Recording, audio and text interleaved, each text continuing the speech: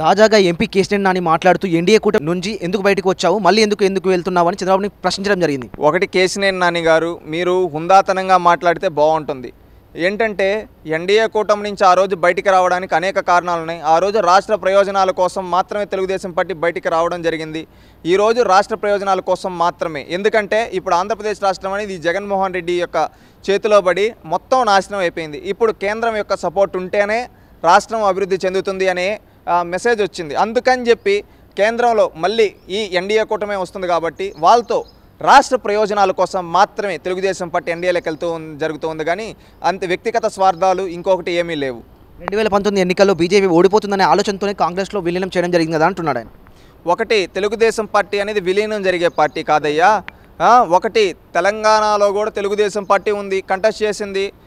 ఈ విధంగా ఇక్కడ వీళ్ళు ఏంటంటే రాజకీయ మనుగడ కోసం ఈరోజు కేశినేని నాని గారు ఇలాంటి వాళ్ళు ఇలాంటి మాటలు మాట్లాడుతున్నారు. అది కరెక్ట్ పద్ధతి కాదు. కేశినేని నాని గారు కొంచెం తెలుసుకోండి, హుందాతనంగా మాట్లాడడం నేర్చుకోండి. ఈరోజు మీ వ్యక్తిగత స్వార్థాల కోసం మీరు జగన్మోహన్ రెడ్డి గారి దగ్గరికి వెళ్ళారు, అది మీ యొక్క వ్యక్తిగతం. అంతేగాని చంద్రబాబు మీకు రాజకీయ భిక్ష పెట్టి మిమ్మల్ని 2 సార్లు ఎంపీ చేసిన చంద్రబాబు నాయుడు గారిపైన ఈ విధంగా మాట్లాడుతూ ఉంటే జనాలు ఎవరు చూస్తూ ఊరుకోరు. ముఖ్యంగా మీ విజయవాడ ప్రజలు అస్సలు ఒప్పుకోరు. లోకేష్ని ముఖ్యమంత్రి చేయడానికి కోసమే ప్రధానితో ఇప్పుడు చంద్రబాబు ఈ రకమైన భేటీలు చేస్తున్నారని కూడా చెప్పారు. ఒకటి ఇలాంటి మాటలు వీళ్ళు కల్పితమైన మాటలొద్దు. లోకేష్ గారు ఏమని చెప్తున్నారు క్లారిటీగా, రేపు రాబోయే రోజుల్లో చంద్రబాబు నాయుడు గారే ఆంధ్రప్రదేశ్ రాష్ట్ర ముఖ్యమంత్రి, చంద్రబాబు నాయుడు గారు ముఖ్యమంత్రిగా ఉంటారు, మేమంతా కానీ ఆయన దగ్గర శిష్యులం మాత్రమే, చంద్రబాబు నాయుడు గారు బతికున్నన్ని రోజులు ఆయనే ముఖ్యమంత్రి, ఆయనే పార్టీ నడిపిస్తాడు అని చెప్పి క్లారిటీగా లోకేష్ గారు చెప్పడం జరిగింది. దీన్ని వీళ్ళ రాజకీయ స్వార్థాల కోసం ఈరోజు ఈ విధంగా మాట్లాడుతూ ఉన్నారు.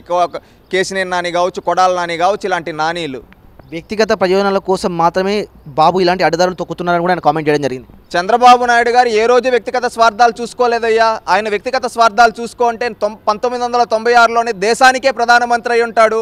ఆ రోజే ప్రధానమంత్రి పదవిని వదిలేశాడు. 1999లో అటల్ బిహారీ వాజ్పేయి గారి ప్రభుత్వానికి మద్దతు ఇచ్చినప్పుడు మీకు ఎన్ని పోర్ట్ఫోలియోలు కావాలి, ఎన్ని మంత్రి పదవులు కావాలో తీసుకోండి అన్నప్పుడు బాబు గారు ఒకటే చెప్పారు, మాకు మంత్రి పదవులు ఏమీ వద్దు, మా రాష్ట్రానికి ప్రయోజనాలు చేకూర్చుండండి. అది ఆయన యొక్క క్యారెక్టరు, ఆయన యొక్క క్రెడిబిలిటీ.